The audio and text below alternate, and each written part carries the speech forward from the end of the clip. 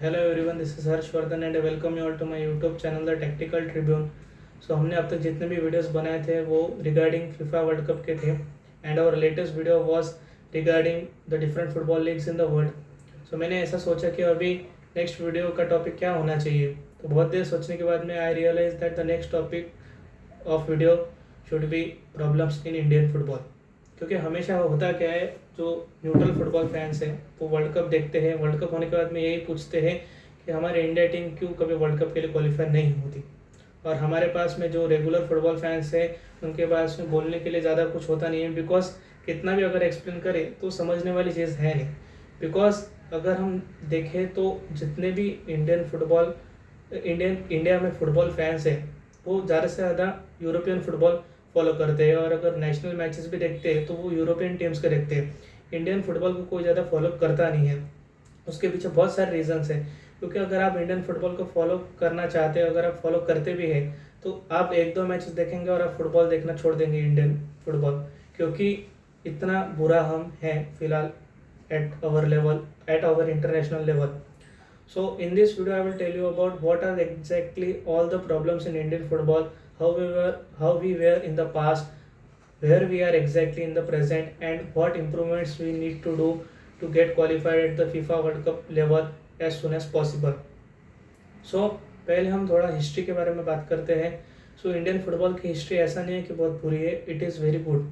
1951 और 1962 के Asian games में हमने फुटबॉल में गोल्ड मेडल जीता था। 1962 में जो हमारे फुटबॉल टीम के जो कोच थे सैयद अब्दुल रहीम, उन पे एक मूवी भी बनी है 2024 में, दैट इज़ मैदान, जिसके लीड कैरेक्टर में आपको देखेंगे Ajay Devgan. You can go and watch that movie, आपको अच्छे से समझेगा कि उसमें कैसे आते हैं हमारी history regarding Indian football, specially in the 1950s and 1960s early era.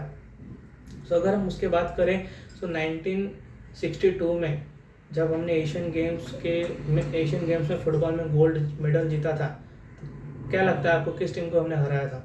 The team was south Korea. अब आज के जो फुटबॉल व्यूवर्स है जिनको पता है संग ह्यूंग मिन जैसे players who played well for Tottenham Hotspur for the very long, और अभी वो MLS में खेलते हैं and he is the regular part of the south Korean national football team since many years. क्या आपको लगता है आज के डेट में हम साउथ कोरिया को हरा पाएंगे? उसमें भी हमने 1962 में 2-1 जैसे एक अच्छे मार्जिन से उनको हराया था, मतलब हमने 2 गोल स्कोर किए थे। आज हम एक गोल भी स्कोर कर पाएंगे उनके सामने? और एक गोल स्कोर करना छोड़िए, हम 4 से ज़्यादा गोल नहीं खाएंगे इसकी भी गारंटी क्या है? उसके ऊपर हमने पहले 1950s में हमने फ्रांस को खेला था, वहाँ पे हम फ्रांस के सामने सिर्फ 2-1 से हारे थे। एक बार हमने ड्रॉ भी किया था, हंगरी जैसी टीम के सामने हम 2-1 हारे थे। क्या आप इमेजिन कर सकते हैं आज की इंडियन फुटबॉल टीम और आज की फ्रांस की टीम जिसमें एम्बाप्पे, डेम्बेले, ओलिसे है? नहीं, कंपैरिजन हो ही नहीं सकता। तो क्या रीज़न थे? और एक और चीज़, उस समय के ऑस्ट्रेलिया को, जो आज एक रेगुलर मेंबर है वर्ल्ड कप की, उस ऑस्ट्रेलिया को हमने 4-0 हराया था। Can you imagine that? So हमारी हिस्ट्री जो थी फुटबॉल की, इंडियन फुटबॉल की, that was rich, that was going good in the 1950s and 1960s early era. लेकिन उसके बाद में फिर एक ड्रास्टिक डिक्लाइन आपने देखा ओवर द ईयर्स। अच्छे प्लेयर्स भी हमारे पास में नहीं थे।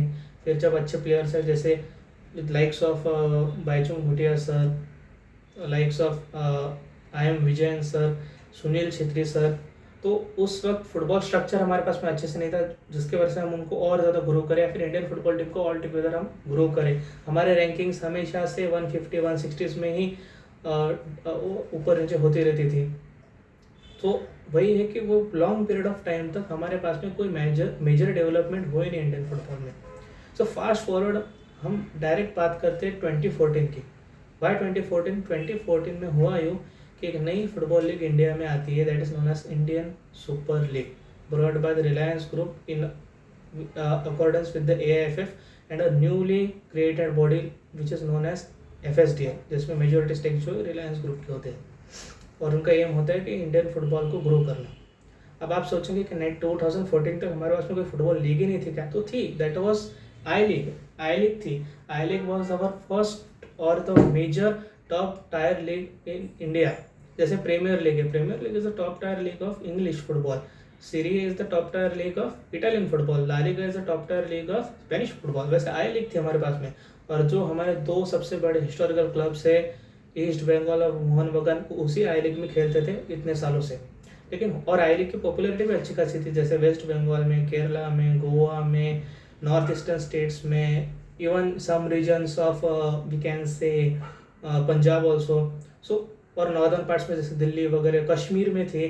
तो ये जो कुछ रीजन है जो हमेशा से फुटबॉल फ्रेंडली रहे, यहाँ पे फुटबॉल का क्रेज ज़्यादा रहा है, पॉपुलर रहे। सो ये यहाँ पे I league was very popular, specially clubs like, अगर कश्मीर की बात करें तो रियल कश्मीर एफसी हो गई, नॉर्थ ईस्ट की बात करें तो एजावल एफसी हो गई, शिलोंग लाजोंग हो गई।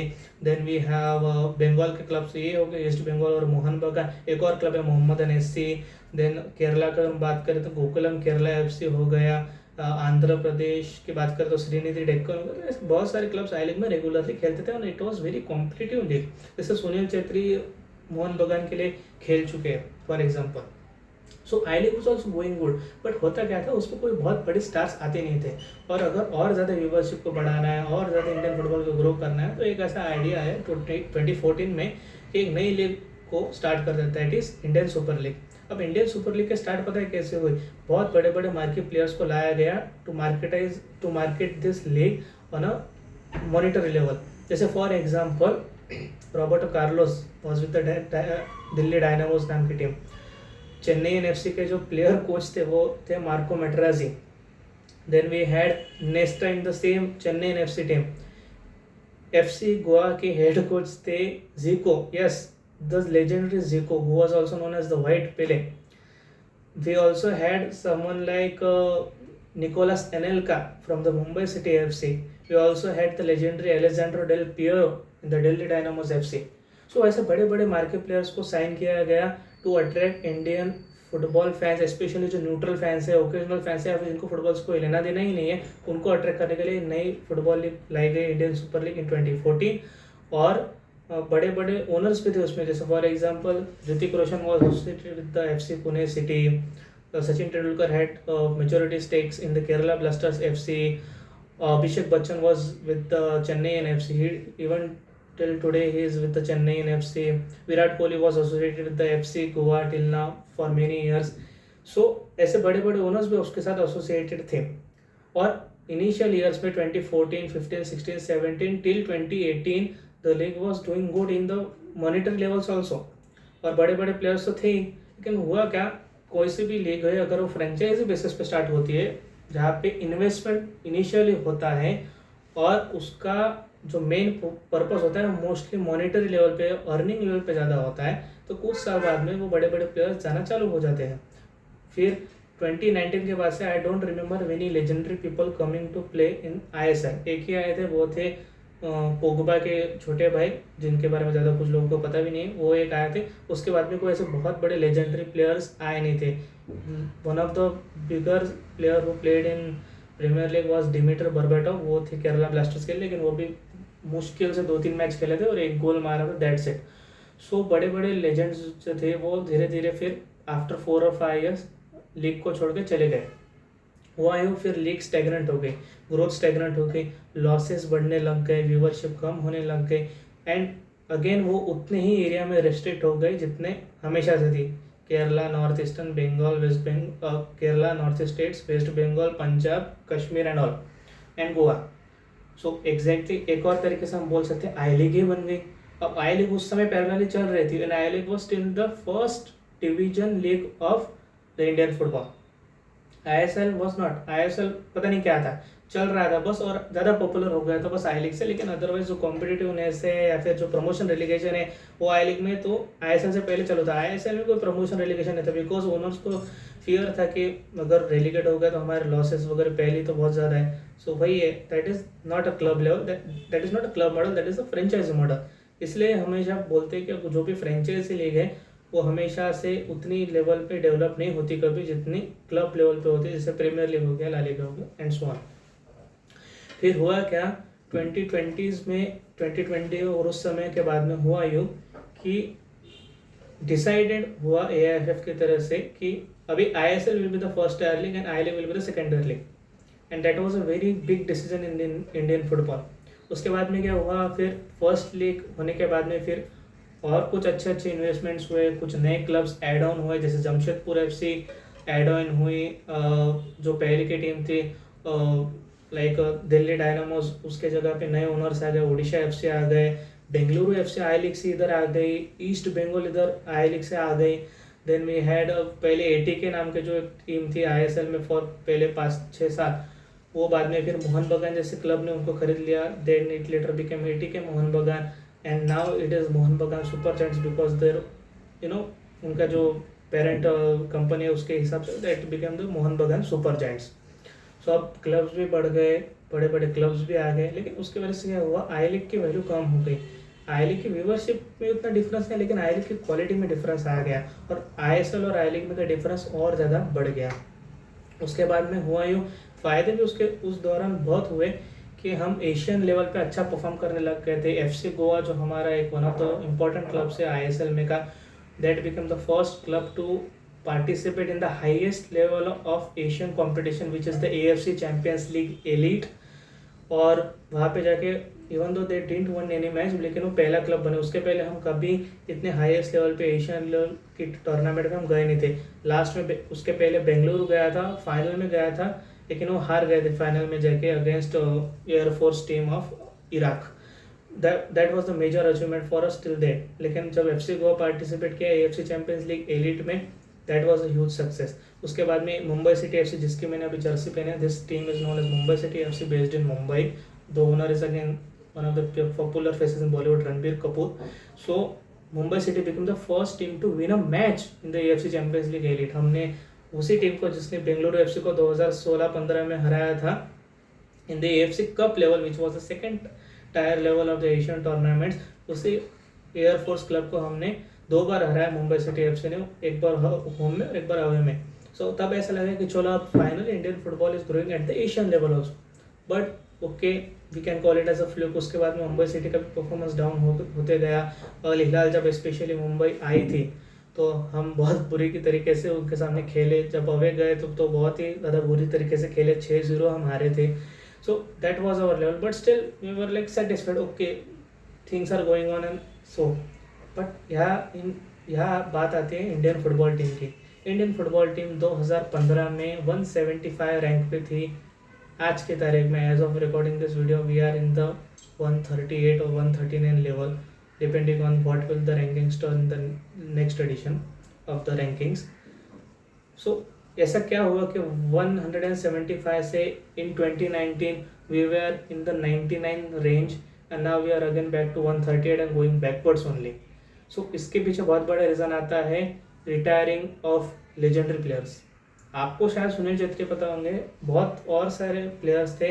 Robin Singh was one of the player, Jeje Lalpekhlua was one of the player, we had players like Sandesh Jhingan who were at the prime during those years when we climbed from 175 to 19 position, but now Sandesh Jingan is still playing। Can you imagine that Sandesh Jingan is still playing regularly for the Indian football team, even though his age doesn't permit him to play fully at his prime level, and we don't even have the replacement of Sandesh Jingan also। Sunil Chhetri were playing for India till now in 2025 for the Asian Cup qualifiers। Can you imagine that? Sunil Chhetri को अगर 40 के as में भी खेलना पड़ रहा है, सो हमने अब तक स्ट्राइकर बनाया क्यों नहीं है, आप सोच सकते हैं। बिकॉज हमने कभी उस पर वर्क किया ही नहीं। If you need a striker in Indian football team at a position of Sunil Chhetri, हम ढूंढते कि 25-26 लेवल का कोई प्लेयर मिल जाए जो अच्छा कर रहा हो, लेकिन वैसा होता नहीं है ना। आप क्रिकेट में देखिए अंडर 13, अंडर 15, अंडर 17 लेवल के जो प्लेयर्स होते हैं वो बाद में जाके अंडर 19 में अब परफॉर्म करते हैं, अंडर 19 वर्ल्ड कप में अच्छा परफॉर्म करते हैं, फिर जाके they eventually come into leagues like IPL and then they get call up for the Indian national team. Simple procedure है, हर स्पोर्ट्स में यही होता है, लेकिन इंडियन फुटबॉल में ऐसा इसका पूरा उल्टा होता है। इंडियन फुटबॉल में होता है कि as soon as the person reaches the grass roots level, specially at the under 17 level, उसको ये बड़े बड़े clubs, because they are the money making clubs, they sign that player and just builds them throughout this life. कोई game time मिलता नहीं है, कोई उसके प्लेयर पे डेवलपमेंट फोकस होता नहीं है, क्योंकि हमारे भारत में तो प्लेयर अकेडमीज ही नहीं है। सिर्फ बेंगलुरु एफसी हो गया या फिर एक और 2 क्लब है जिनकी एकेडमीज है। प्लेयर बनाना, प्लेयर का डेवलपमेंट करना इनको पता ही नहीं, because they are money making clubs. उनको सिर्फ और सिर्फ अपने प्रॉफिट एंड लॉसेस पे उनका फोकस है। और जितने भी कंट्रीज़ में जितनी भी लीग्स ऐसे हैं प्रॉफिट एंड लॉस पे फोकस करने वाली, उनके नेशनल टीम आप जाके देख लो कोई अच्छे से कर नहीं पाती है। जैसे for example Saudi pro league even though they have made huge investment, फिर भी आप देखिए सऊदी अरेबियन टीम को इतना एडवांटेज नहीं हुआ।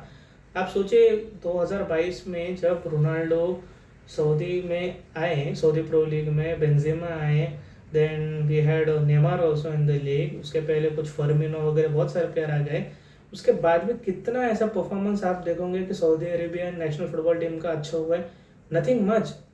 लेकिन फिर भी they are so much better than us Indian football team. लेकिन फॉर एग्जांपल मैं दे रहा हूँ the popular leagues and popular team playing in the world cup, because Saudi Arabia is definitely a regular team in the world cup at least from 2018 I am saying so. लेकिन उनमें भी उतना improvement नहीं, because monetary level पे club चल रहे हैं ना।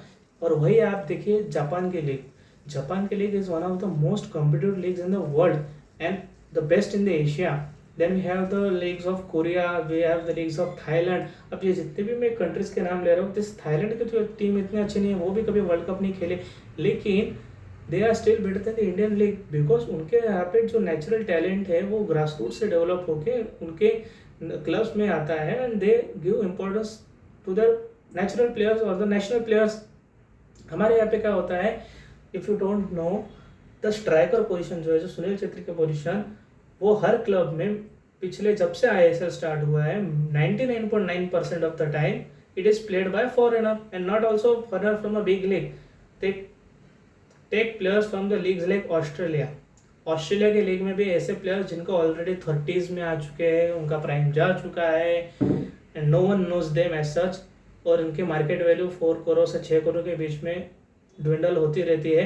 उनको हम साइन करते हैं, उनको स्ट्राइकर पोजीशन खिलाते हैं, 10-12 गोल हर सीजन में मारते थे and we think that ISL is growing. No, if players like Lallianzuala Chhangte are not able to get the striker position, if players like what we can say Suhail Ahmed Bhatt, which is one of the most emerging players of Indian football, उनको अगर bench करके रखेंगे, उनको अगर playing time नहीं मिलेगा, मोहन बगान उनको साइन कर लेते, जैसे मैंने बोला ग्रास रूट लेवल पे अच्छा करते हैं, उनको साइन करके उनको साइन कर लेते हैं और उनको बेंच पे बैठा के रख देते हैं। सो अगर सुहेल अहमद भट्ट को अगर हम मोहन बगान का स्ट्राइकर के पोजीशन पे नहीं खिलाएंगे और उसके जगह पे किसी कोई सी जेसन कमिंग्स या फिर ऐसे जो अभी ऑस्ट्रेलिया में भी उनको कोई चांस नहीं देते, उनको अगर खिलाएंगे, कैसे इंडियन फुटबॉल टीम डेवलप होंगी। और अभी कुछ क्लब जना स्टार्ट किए हैं, जैसे फॉर एग्जांपल ओडिशा ने रहीम अली को स्टार्ट किया, तो रहीम अली तो आपको पता ही है, जिन लोगों को नहीं पता वो आप किसी भी इंडियन फुटबॉल टीम फैन से पूछ लीजिए, Rahim Ali is not a great player to provide his performance at the Indian national team level. हर क्लब जब अपने की पोजीशंस पे इंडियन फुटबॉल प्लेयर्स को खिलाएंगा, उनको नर्चर करेंगे, अपनी एकेडमीज डेवलप करेंगे, ग्रासरूट्स प्रोग्राम डेवलप करेंगे, then we will get the Indian football team with good number of players. होता क्या है, हमारे पास ग्रासरूट्स का इंपॉर्टेंस नहीं है, ऊपर से हमारे डिफरेंट फेडरेशंस है, स्टेट फेडरेशंस है, उनके एक दूसरे के साथ में यूनिटी नहीं है, पॉलिटिक्स, इंटरनल पॉलिटिक्स ज़्यादा है। लेकिन आप सोचोगे पॉलिटिक्स कहाँ पे कम है, corruption is there in each and every country. जैसे वो साउथ में नहीं, सॉरी, बट जो एफकॉन कंट्रीज है, नाइजीरिया हो गए, सेनेगल हो गए, कैमरून हो गए, then you have the DR Congo, क्या वहाँ पे करप्शन नहीं है? वहाँ पे तो they don't even have basic facilities like a stadium. We at least have stadium, ठीक है, फुटबॉल ओरिएंटेड स्टेडियम्स भारत में है ही नहीं, ना के बराबर है, लेकिन at least we have stadiums to play, multipurpose stadium तो है, वहाँ पे तो वो भी नहीं है। They are playing in sand, still they are doing better at the World Cup level. Senegal is continuously regularly participating in the World Cup. We have Ghana continuously participating in the World Cup. We also have teams like Cameroon भी एक world cup हर दूसरे world cup में आपको उसका appearance दिख जाता है। फिर हमारे यहाँ पे पैसा है, एंड ऑल्सो वन थिंग, लालनजोला छांटे for example earns more than majority of the Division 2 players of English football system. Can you imagine that? So यहाँ के प्लेयर्स का भी ऐसा है कि दे get so much salary that they don't even feel the desire to go there and compete with the players who are best at their performance in the second division of English football and the second division of Italian football and the second division of Spanish football. I would say list out all the Indian football team players right now. You can go whichever they are, be it Sandesh Jingle, be it Lalanjwal Changte, be it Manveer Singh, be it Liston Colasso, and compare their salary with players playing in the second division of this top 5 leagues.